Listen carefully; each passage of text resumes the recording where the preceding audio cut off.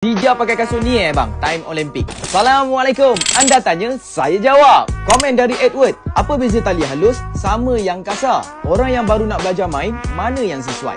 Okey Edward, untuk orang yang baru nak belajar, guna ketebalan string 0.58 hingga 0.65mm dan cari string soft ataupun medium. Komen yang kedua, ALLP. Nak tanya bang, contoh kalau raket tak ori tapi kita pakai tali yang power sikit, boleh ke? Okey, boleh pasang. Tapi awak rugilah sebab awak tak dapat feel atau rasa function pakai tali yang power tu.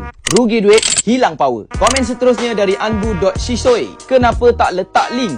Okey, video yang tak ada link, awak pergi ke TikTok raket, tekan logo back warna merah tu dan type je nama produk dekat situ.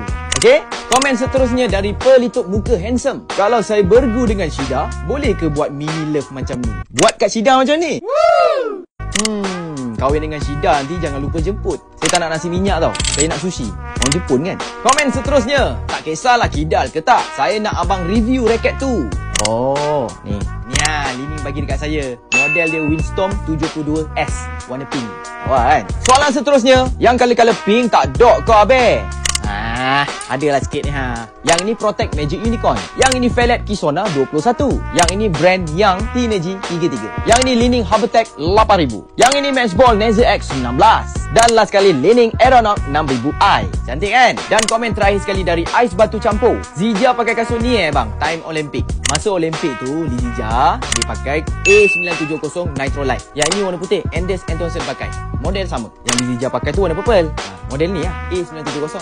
Okey guys, semoga terjawab. Dan kalau ada apa-apa lagi nak tanya, komen je dekat bawah.